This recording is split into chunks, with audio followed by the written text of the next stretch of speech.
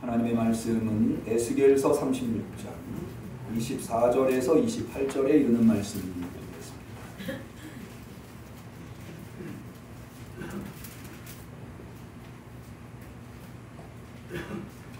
오늘은 성령 강림절 후 두 번째 주일이면서 우리 교회가 성결교회 주일로 지키는 주일 예배 되겠습니다. 이 예배에 사모하는 마음으로 주 앞에 나온 우리 성도들에게 하나님께서 꼭 필요한 말씀으로 주신 에스겔서 36장 24절에서 28절 말씀을 우리 다 같이 소리내어서 봉독하겠습니다. 내가 너희를 열국 중에서 취하여 내고 열국 중에서 모아내리고 고토에 들어가서 맑은 물로 너희에게 뿌려서 너희로 정결케 하되 곧 너희 모든 더러운 것에서와 모든 우상을 섬김에서 너희를 정결케 할 것이며 또 새 영을 너희 속에 두고 새 마음을 너희에게 주되 너희 육신에서 굳은 마음을 제하고 부드러운 마음을 줄 것이며 또 내 신을 너희 속에 두어 너희로 내 일례를 행하게 하리니 너희가 내 규례를 지켜 행할지라. 내가 너희 열조에게 준 땅에 너희가 거하여 내 백성이 되고 나는 너희 하나님이 되리라. 아멘. 한 주간 건강히 잘 보내셨는지요? 코로나가 조금씩 나아지는가 싶더니 다시 확산세를 이루어서 많은 염려가 있습니다만 그런 중에도 스스로 건강을 잘 지켜서 이렇게 거룩한 성일에 주 앞에 나와서 예배드리시는 우리 성도님들, 하나님께서 이 시간 이 예배를 통해서 우리 성도님들에게 꼭 필요한 은혜를 베풀어 주시기를 축원합니다.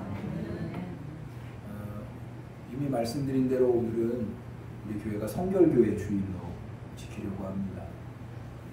사실 성결교회 주일은 2주 전에 지켰어야 합니다. 5월 마지막 주에 성결교회 주일을 지켜야 하는데 그때가 성령 강림절이었기 때문에 세례식이 있었고 여러 가지 복잡한 행사들이 있어서 겸하여 지킬 수가 없어서 미루다가 지난주에도 여러분이 아시다시피 삼위일체 주일로 지키지 않았습니까? 삼위일체 교리가 우리 개신교 얼마나 중요한 기독교의 교리입니까? 그래서 오늘에서야 2주를 미루어서 오늘에서야 이렇게 성결교회 주일을 지키게 되었습니다.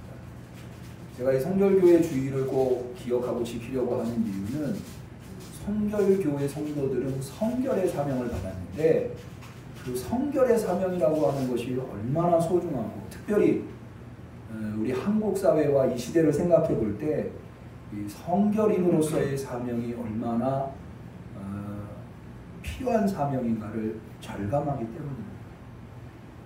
우리 성결교회 성도들은 하나님이 우리를 성결교회 성도로 부르셨는데 특별히 성결의 사명을 우리에게 주신 줄로 믿습니다. 한번 저를 따라해 볼까요? 나는 성결의 사명을 받았다. 성결의 사명을 받았다. 이 명제를 마음에 잘 담아두시기를 축원합니다. 그러면 왜 성결교회의 성결인의 사명, 성결의 사명이 그토록 중요한가? 여기에 대해서 우리가 잠시 말씀을 통해서 나눠보고자 하는 건데요. 그러면서 성결의 사명을 다시 한 번 더 다짐해보고자 하는 건데요. 먼저 우리 성결교회의 공식 명칭은 기독교 대한성결교회. 다 아시죠? 기독교 대한성결교회. 우리 교회는 이제 응암교회입니다. 이 기독교 대한성결교회라고 하는 교회는 1949년에 시작되었습니다. 1949년이 성결교회의 시작은 아니고요. 기독교 대한성결교회라고 하는 이름으로 시작된 것이 바로 1949년입니다. 왜냐하면 1948년에 조선이라고 하는 국호가 대한민국이라고 하는 국호로 바뀌면서 이름이 바뀐 거예요. 전에는 그럼 무엇이었는가?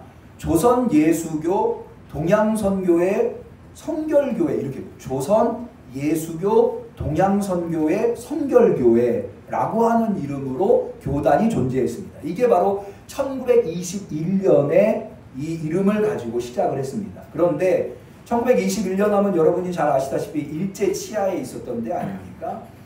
그런데 1943년에 그러니까 해방되기 2년 전에 우리 성결교회가 교단 해산을 당하게 됩니다. 일제에 의해서.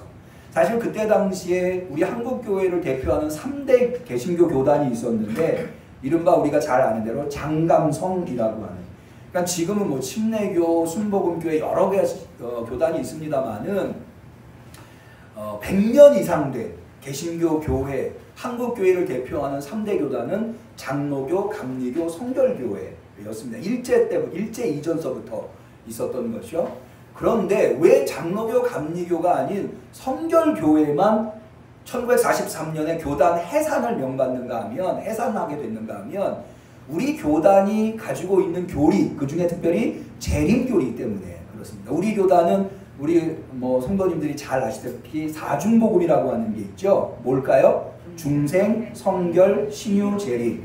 성결교회라고 하면 교회를 들어설 때에 어디든지 성도들이 잘 볼 수 있는 데다가 중생, 성결, 신유, 재림이라고 하는 족자를 걸어 놓습니다. 우리 교회도 비록 지금 임시예배 초섬에도 불구하고 이 신발장에서 들어오시면 헌금장 바로 옆에 거울 위에 중생, 성결, 신유, 재림이라고 한문으로 써있는 족자가 있죠. 중생 뭡니까? 거듭중자에 날 다시 태어난다, 거듭난다 라는 말이고요. 성결이라고 하는 것은 성도로 태어난 사람이 살아가야 할 삶이 모름지기 깨끗한 삶, 거룩한 삶이라고 해서 성결이고요. 신유라고 하는 것은 성결한 삶을 살아야 되는데 우리가 그렇게 살지 못하는 경우가 많잖아요. 그래서 단순히 하나님께서 우리의 질병을 치료하시는 것만 신유가 아니라 우리가 더럽혀지는, 이 세상을 살면서 어쩔 수 없이 더럽혀지는 것을 하나님의 능력으로 씻어내신다라고 하는 의미에서 신유의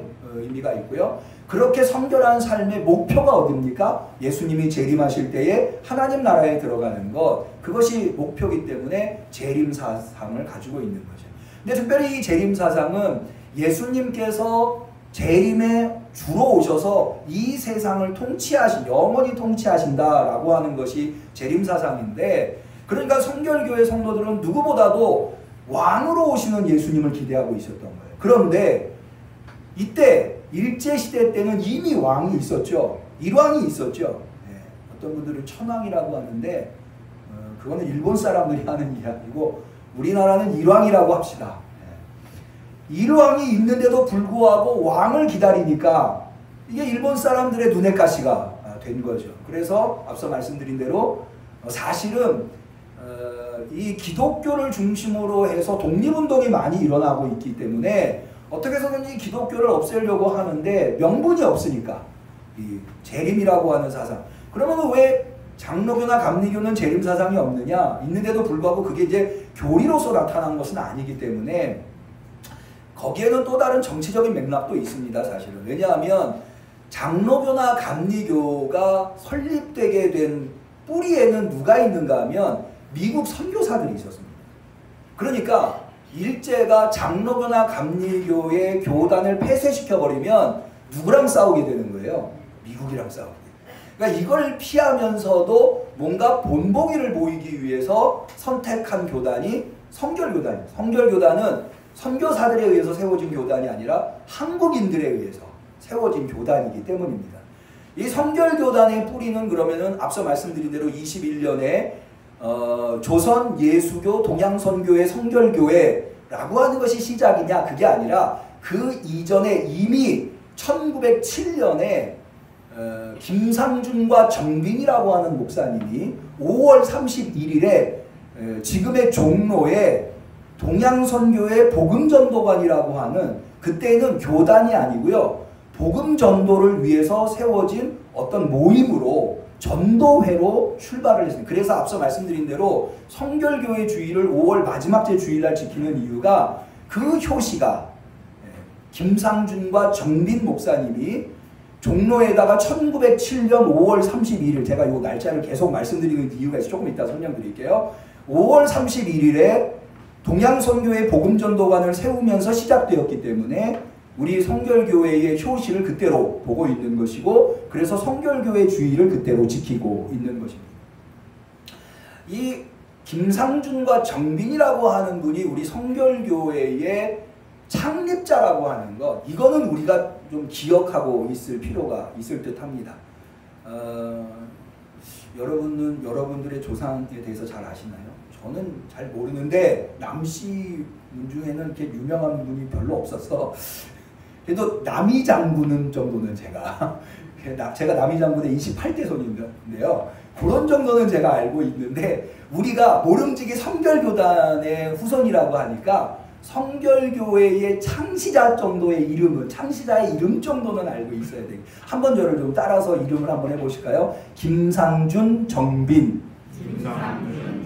예, 김상준 정빈이라고 하는 목사님이 1907년 5월 30일에 종로에 동양선교회 복음전도관을 세운 것이 성결교회의 효시였다라고 말씀을 드렸습니다. 그러면 왜 이분들이 여기에 이렇게 복음전도관을 세우게 되었느냐? 이분들이 1907년에 카우만 길보른이라고 하는 이분들은 미국 선교사님들인데요. 이분들의 동양, 그러니까 중국, 일본, 한국의 복음 전도를 위해서 일본 동경에다가 동양 선교회를 세웁니다. 그리고는 동경 성서학원이라고 하는 신학교를 세워요. 그래서 거기에서 목회자를 양성해서 일본, 조선, 중국의 복음 전도에 힘썼는데 그때 감리교 교인이었었던 김상준, 정빈 이 두 분이 거기에서 신학을 공부하고 목사가 되어서 돌아온 해가 1907년입니다.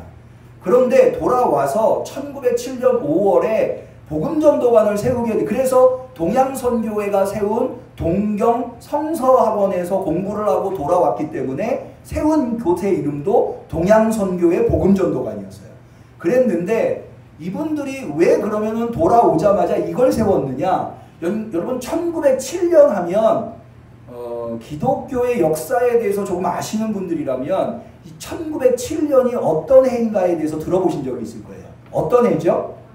예, 평양 대부흥이 일어났었던, 어떻게 보면 이 조선 땅에 지금 뭐 한국 땅에는 혹자에 의하면 당구장보다도 교회가 더 많다라고 얘기하시는 분도 있는데, 이렇게 많은 복음의 물결을 이루게 된 그 원류 원천이 언제였다고 보는가 하면 1907년 평양 대부흥운동에서부터 출발됐다고 생각을 합니다.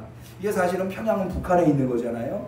사실 이 한국교회는 이 평양대 부흥운동의 결과물이라고 할 수 있는데, 그러니까 어떻게 보면은 북한에서부터 평양에서부터 부흥운동이 일어나서 조선 이 한반도 땅에 이렇게 복음이 전파되었는데, 지금은 북한에서 전혀 신앙생활을 할 수 없다고 하는 것을 생각해 보면 좀 안타까움이 있습니다. 빨리 통일이 되어서 이 한반도에 평화가 와서 저 북녘 땅에도 십자가가 세워지는 날이 속히 왔으면 합니다. 어쨌든 이 사건, 평양대 부흥운동이 1907년 1월에 있었습니다. 근데 이 1907년 1월에 평양대 부흥운동이 여러분들이 잘 아는, 이 부흥운동을 통해서 여러분들이 잘 아는 인물 길선주 목사님이 바로 이 평양대 부흥운동을 통해서 배출하게 된 아주 유명한 인물입니다. 그런데 이 평양대 부흥운동은 어떤 운동이었는가 하면, 이 운동은 한마디로 회개운동이었습니다. 원래 이 부흥운동이 만약에 복음을 전도하는 운동이었다고 한다면 600년 동안 유교에 쩌들어 있는 조선 땅에 아마 이 부흥운동이 급물살을 탈 수 없었을 거예요.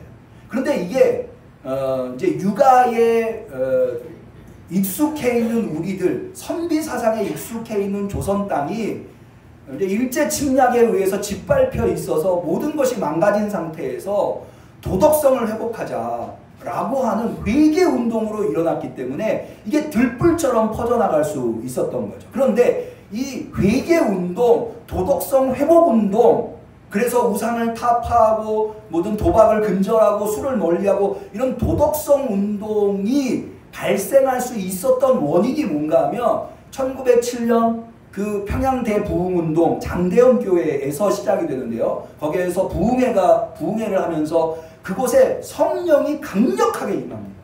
그래서 평양대 부흥운동은 한마디로 얘기해서 성령운동, 회개운동, 도덕성 회복운동이었어요. 성령 받은 사람들이 여러분 오늘날 좀 이런 부분들이 아쉬운데요. 성령운동하면 방언하고 예언하고 병 고치고 뭐 이런 걸로 생각을 하는데요. 사실 성령운동은 성결성 회복운동이고요. 회개운동이고 그리고 도덕성 회복운동이었어요. 성령을 받으면 회개할 수밖에 없어요. 자신 안에 있는 그 모든 죄악들이 드러나기 때문에 회개할 수밖에 없는 거예요. 그래서 바로 그 뿌리를 두고 있는 1907년 1월에 평양대 부흥운동이 조선 땅에 들불처럼 퍼져나갔고 마침 동경 성서학원에서 공부를 마치고 목사 안수를 받고 조선 땅으로 돌아온 김상준과 정민 목사님이 그 성령운동, 회개운동, 도덕성 회복운동을 이어받아서 전도관을, 복음의 전도를 함으로써 조선 땅을 변화시켜야 되겠다라고 했었던 것이 바로 동양선교의 복음전도관이었고 이것이 너무나 폭발적으로 전도가 되다 보니까 1921년에 조선예수교 동양선교의 성결교회를 창립하게 된, 교단을 이루게 된 뿌리가 되었다. 이렇게 여러분들이 생각하는, 이게 복잡한데 제가 여러 가지 복잡한 걸 이야기했는데 딱 두 가지만 기억하세요. 첫 번째는 뭐냐면 1907년 5월에 김상준 정빈이 성결교단을 시작했다. 창립했다. 요거 하나만 기억하시고 이름도 뭐 다 기억하실 필요 없고요. 두 번째는 그 교단은 무엇으로부터 시작했는가? 성령운동, 회개운동, 도덕성 회복운동이었다. 이렇게 여러분 이 두 가지만 기억을 해주시면 좋겠어요. 그런데 이 사실은 성령운동, 회개운동, 도덕성 회복운동은 사실은 하나님께서 교회를 세우실 때 이 원식교회, 이른바 초대교회를 세우실 때 교회에게 주신 이 운동, 사명이 바로 성령운동이었고 회개운동이었고 도덕성 회복운동이었다라고 말씀드릴 수가 있습니다. 여러분 이 성령론에서요. 구약의 성령과 신약의 성령, 구약의 성령이 임하는 형태와 신약의 성령이 임하는 형태가 아주 극명하게 차이가 나는 것이 한 가지인데 그게 뭐냐 하면 구약에도 성령 받은 사람들이 많이 나옵니다. 근데 구약은 성령을 주로 어떻게 받는가 하면 개별적으로 받습니다. 예를 들어서 하나님께서 예언자를 세우실 때 그에게 성령을 주셔서 예언 활동을 할 수 있도록 합니다. 또 혹은 통치자를 세우실 때 그에게 성령을 주셔서 다윗 같은 경우 성령을 주셔서 그가 하나님의 통치를 할 수 있도록 합니다. 혹은 사사들을 세우실 때 그 사사라고 하는 것은 재판관들을 얘기하는데 판관들을 세울 때 성령을 주셔서 그들이 재판을 잘 할 수 있도록 합니다. 이렇게 개별적이고 개인적으로 성령을 주는 반면에 신약의 성령은 집단에게 줍니다. 단체에게 줘요. 그 대표적인 예가 뭐냐면 사도행전 2장에 나오는 오순절, 사실은 정확하게 얘기하면 성령 강림절이라고 얘기해야 돼요. 왜냐하면 오순절 하면 그거는 유대교 절기이기 때문에 마침 오순절에 성령이 강림하셔서 우리가 펜타코스 오순절이라고 말할 뿐이지 원래는 성령 강림절이에요. 성령 강림이 예수님의 제자 무리에게 임하는 것을, 그러니까 집단적으로 임하는 것을, 이것은 사실은 구약에서 예언자들이 종말에 일어날 사건으로 예언한 것이 성취되는 것입니다. 그래서 사도행전 2장을 여러분이 잘 아십니다만은 2장에 보면 하나님이 가르쳐요. 이거는 베드로가 사도행전 2장에 성령 받고 예루살렘에서 사람들을 향해서 설교할 때 설교의 시작 부분입니다. 하나님이 가르칠 때 말세에 내가 내 영으로 모든 육체에게 부어주리니, 개인 특별한 어떤 사람들에게만 성령을 주는 것이 아니라 집단에게 성령을 주신다고 하는 것. 이 말씀은 요엘서 2장에 있는 말씀을 인용한 건데요.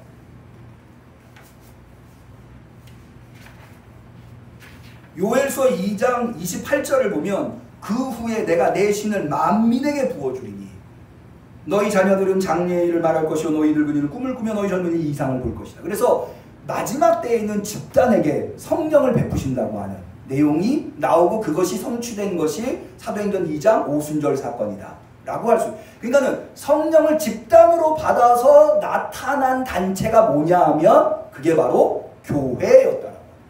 그러니까 교회는 시작부터 무슨 운동에 의해서 발생한 것이냐? 성령 운동에 의해서 발생합니다. 그래서 교회에 대한 책이 사도행전이잖아요. 사도행전을 다른 제목을 붙이기도 하는데 성령행전. 왜냐하면 교회 운동은 성령 운동이에요. 그러면 왜 하나님은 구약에서는 개인에게 성령을 주셨는데 신약에는 이렇게 집단에게 성령을 주느냐라고 할 때 집단에게 하나님이 성령을 주시는 이유는 그 성령을 주시는 집단을 하나님이 새로운 하나님의 공동체, 마치 구약에 이스라엘이 하나님의 백성, 하나님의 공동체잖아요. 그런데 이스라엘이 실패했기 때문에 새로운 이스라엘을 삼으시는데 그 새로운 이스라엘에게 성령을 주셔서 하나님의 새로운 공동체를 만든다. 이게 무슨 의미야? 그럼 왜 하나님이 이스라엘을 대신한 새로운 이스라엘을 세울 때에 성령을 주심으로 말미암아 하나님의 새로운 백성, 새로운 공동체로 세우시느냐? 그게 어떤 의미를 가지고 있느냐? 여러분, 이스라엘이 실패한 지점이 뭐냐면 하나님께서 이스라엘을 하나님의 백성으로 삼으실 때 이스라엘에게 요구한 것이 딱 한 가지예요. 그게 뭐냐면 내가 거룩하니 너희도 거룩하라는 거예요. 왜냐하면 하나님은 거룩하신 분이고 그 거룩하신 하나님의 백성이 되기 위해서 백성이 되어야 모든 어려움과 환난과 역경에서 사망에서 구원을 받을 수 있기 때문에 하나님의 백성이 되려면 하나님과 함께 있어야 되는데 그러려면은 여러분 거룩함과 부정함이 공존할 수 있나요? 그럴 수 없죠. 그러니까 하나님이 이스라엘 백성에게 딱 한 가지 요구하는 것이 내가 거룩하니 너희도 거룩. 그런데 이스라엘은 거룩한 백성이 아니었어요. 하나님이 이스라엘 백성을 하나님의 백성으로 삼을 때 하시는 사건이 두 가지인데 첫 번째가 뭐냐면 이스라엘을 애굽에서 건져내시는 거예요. 그러면서 하나님이 이스라엘과 특별한 관계를 맺게 됩니다. 그런데 그렇게 특별한 하나님의 백성이 되었는데도 불구하고 이 사람들은 원래 노예였잖아요. 거룩과는 거리가 먼 사람들이었거든요. 그래서 이 사람들이 거룩할 수 있도록 하나님이 그 거룩의 방법을 알려주셨는데 그게 바로 모세를 통해서 주신 계명, 율법이라고 하는 것이고요. 그래서 너희가 계명을 지키면 너희는 내 백성이 되고 나는 너희 하나님이 되리라. 이게 바로 거기. 그러니까 모든 구약의 함의적인 의미가 여기에 담겨있는 거예요. 그런데 이스라엘은 여기에 대해서 실패한 거예요. 이 거룩성에 대해서 실패한 거예요. 어떤 것에 실패를 했냐면 이 율법을 행하는 것에 실패한 것이 아니라 율법의 본질이 무엇인가를 이해하는 데서 실패했어요. 하나님이 율법을 주신 이유는 껍데기가 거룩하라고 주신 것이 아니라 하나님은 뭘 보시는 분이에요? 중심을 보시는 분. 껍데기보다 더 중요한 것이 중심이었다. 중심을 깨끗하게 하라고 하나님이 주신 게 율법이었는데 이스라엘은 율법을 통해서 껍데기는 깨끗하게 만들었는데 알맹이가 깨끗하지 않은 거예요. 중심이, 마음이, 심령이 깨끗하지 않은 거예요. 여러분 마태복음 23장에 보면 예수님께서 유대인들을 아주 신랄하게 비판하시는데요. 특별히 바리새인들과 서기관들, 당시에 가장 율법을 잘 지킨다고 하는 부류가 바리새인과 서기관들인데 이 바리새인과 서기관들을 어떻게 비판하시느냐? 화 있을진저. 우리나라 말로 화 있을진저로 번역했지만 보다 더 정확한 어감을 담아서 번역하면 저주를 받을지어다. 사랑의 예수님이 저주를 하다니.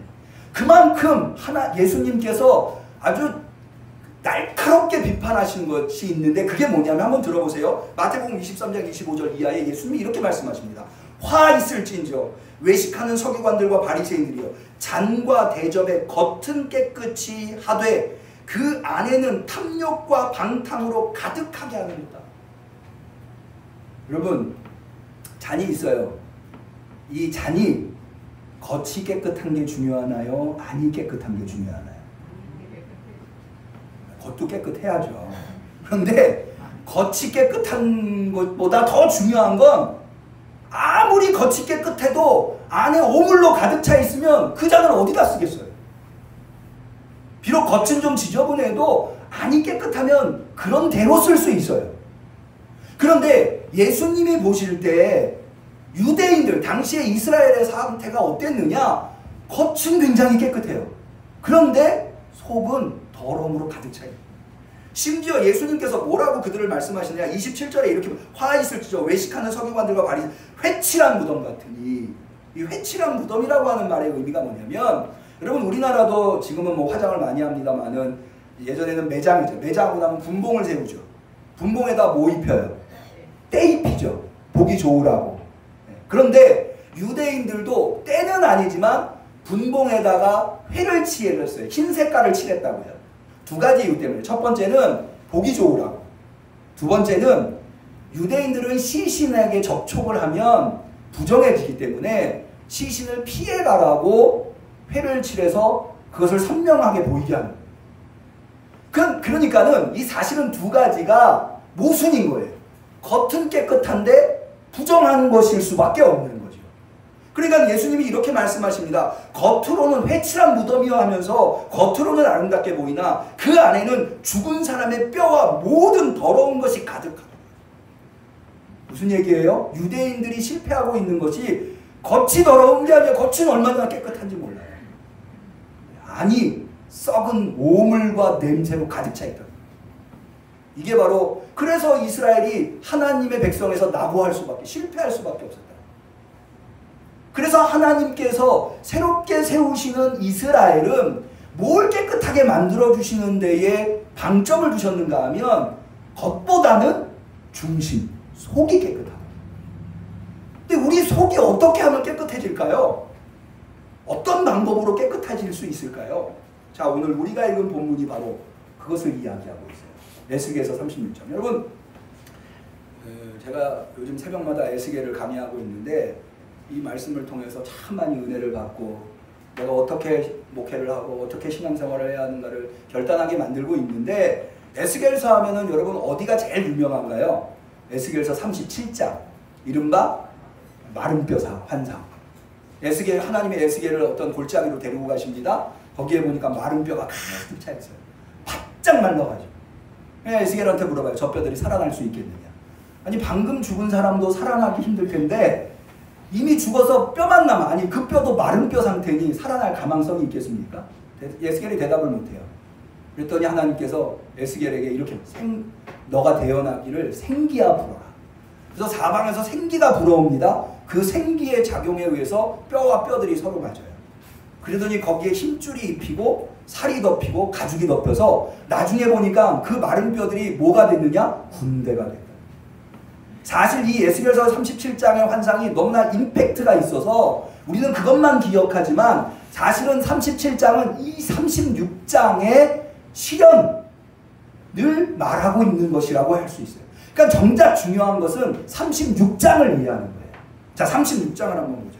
에스겔서 36장에 하나님은 이스라엘의 실패를 그들의 더러움이라고 지적하고 있습니다. 17절 한번 볼까요? 인자야, 여기 인자는 에스겔을 얘기하는 거예요. 인자야, 이스라엘 족속이 그 고토에 거할 때에 그 행위대로 그 땅이 더럽혀진다니 나 보기에 그 소위가 월광 중에 있는 여인의 부정함과 같으니라. 그들이 그 땅 위에 피를 쏟으며 그 우상들로 더럽혔으므로 내가 분노를 그들 위에 쏟아. 그러니까는 하나님의 심판을, 하나님의 버림을 받을 수밖에 없었던 것은 이스라엘의 더러움 때문입니다. 그래서 이스라엘의 더러움으로 하나님은 그들을 어떻게 심판하시느냐. 19절 볼까요? 그들을 그 행위대로 심판하여 각국으로 흩으며 열방으로 해쳤더니 나라와 민족을 잃고 세계에 흩어져서 살 수밖에 없어요. 이게 하나님의 심판이라는 거예요. 그런데 하나님께서 새로운 이스라엘을 불러내시겠다는 계획을 말씀하십니다.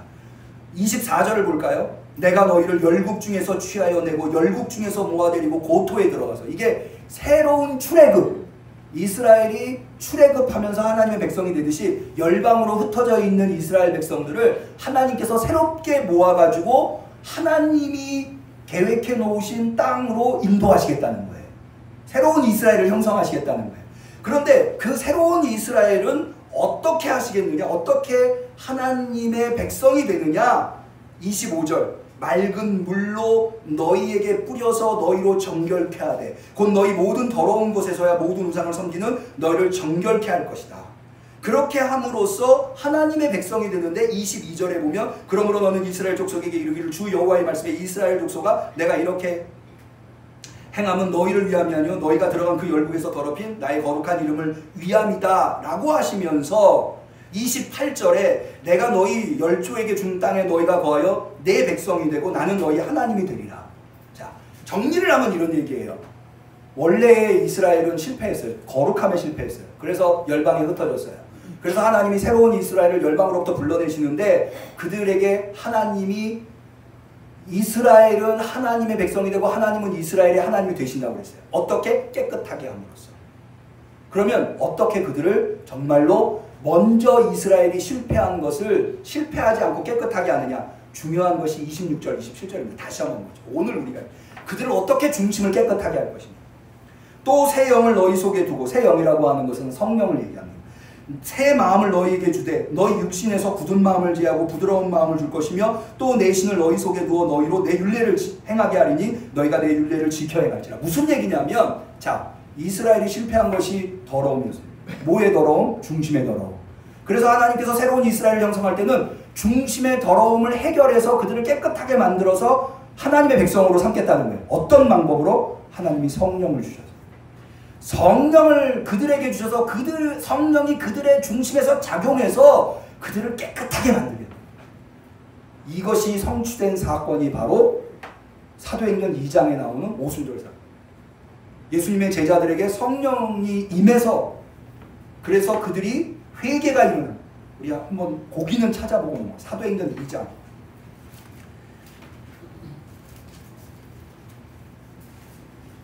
38절. 여기 사도행전 2장 38절은 베드로가 오순절날 성령 받아서 설교를 합니다. 우리가 어떻게 성령을 받았는지에 대해서 설교를 해요. 성령 운동이에요. 그 설교를 들은 유대인들이 우리가 그럼 어떻게 해야 되겠느냐 라고 할 때 베드로가 이렇게 얘기합니다. 38절, 39절 찾으셨으니까 우리 한번 같이 읽어보죠. 38절, 39절, 40절까지 한번 읽어보자. 찾으셨으니까 같이 읽겠습니다. 시작. 베드로가 가로되 너희가 회개하여 각각 예수 그리스도의 이름으로 세례를 받고 죄사함을 얻으라. 그리하면 성령을 선물로 받으리니 이 약속은 너희와 너희 자녀와 모든 먼데 사람 곧 주 우리 하나님이 얼마든지 부르시는 자들에게 하신 것이라 하고. 그러니까는 베드로의 오순절 설교는 그 목표가 무엇인가 하면 회개 운동이고 성령 운동이었다. 이것을 고스란히 이어받고 있는 것이 바로 성결교회라는 거예요. 여러분 자부심을 가지시기를 축원합니다. 이것이 얼마나 소중한가, 이것이 얼마나 교회의 본질을 담고 있는가.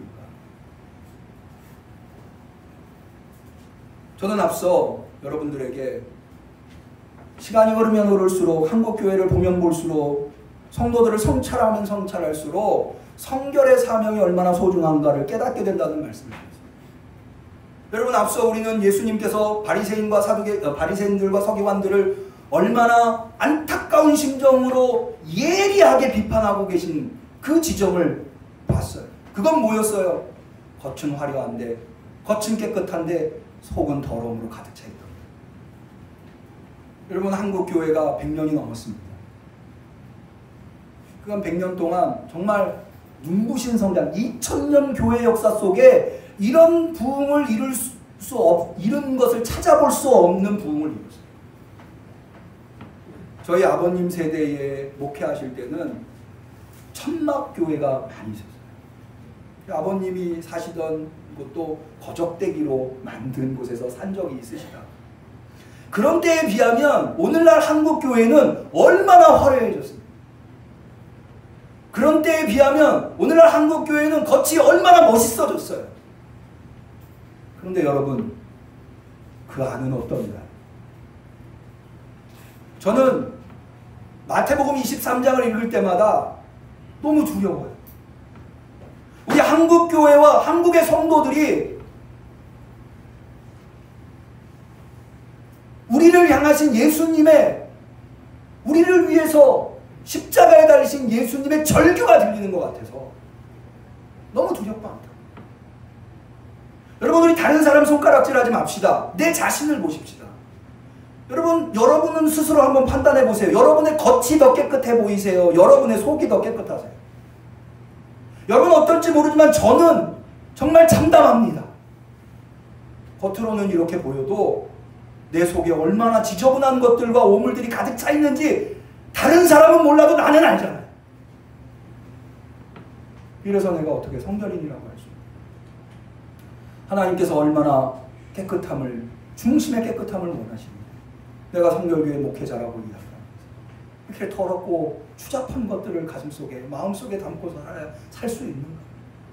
근데요, 문제가 뭐냐면 여러분, 우리 성도들 중에 속에 더러움을 가지고 살고 싶은 사람이 누가 있습니까? 아니, 성도가 아니어도 다 깨끗하게 살고 싶죠. 그런데 어때요? 그게 되나요? 안 돼요. 안 돼요. 그래서 무엇이 필요해요? 성령이 필요해요. 우리 힘으로는 안 되니까. 여러분, 자신의 안이 더러움으로 가득 차 있음을 절규로 느끼시면 그 느끼셔야 돼요. 그 아파하셔야 돼요. 그렇다면 여러분, 성령을 구하시길 바랍니다. 오직 우리 안을 깨끗하게 하실 수 있는 분 성령밖에 없어요. 그래서 예수님은 니고데모에게, 밤늦게 찾아온 니고데모에게 네가 물과 성령으로 거듭나지 아니하면 하나님 나라에 볼 수가 없는. 여러분, 우리는 성결의 사명을 받았어요. 깨끗해야 돼요. 남 비난할 필요 없어요. 내가 깨끗해지면 돼요. 우리 응암교회 성도들은 깨끗한 성결인이 되십시다. 크게 아멘 하십시다. 그러기 위해서 꼭 성령을 구하세요. 내 힘으로 안 되니까. 얼마나 내 결심과 의지가 약한지 내가 스스로 알잖아요. 성령 구하면 구하는 자에게 성령 주신다. 여러분, 건강 구하시죠? 여러분, 물질 구하시죠? 그것도 잘하시는 일이에요. 자녀가 잘 되고 가족이 잘 되고 잘하시는 기도하셔야죠. 그런데요, 성결인이라면 성령을 구하셔야 돼요. 성령 충만하셔야 돼요. 그래야 우리는 성결의 사명을 이룰 수 있어요. 내가 깨끗하면 돼요. 내가 깨끗하면 내 가정이 깨끗해지고, 내 가정이 깨끗해지면 내 교회가 깨끗해지고 이 사회가 깨끗해지는 거예요. 성령 받아서 성결의 사명 감당하여서 하나님께 영광 올려드리고 성결인으로서의 기쁨을 누릴 수 있는 성도님들이 되시기를 축원합니다. 기도하겠습니다. 하나님, 결국에는 성령입니다. 성령 아니시면 우리는 성결교회의 성도로서 깨끗해질 수가 없습니다. 주님, 성령 주옵소서. 주님, 이 종에게부터 성령 충만 허락하여 주옵소서. 우리 목회자들에게 성령 주옵소서. 장로님들에게 성령 주옵소서. 우리 원사님들에게 성령 주시고, 집사님들에게 성령 주시고, 성도들과 청년들과 아이들에게 성령을 주시옵지사. 이 시대에 깨끗한 하나님의 성도로 세움받게 하옵소서. 예수님의 이름으로 기도 올려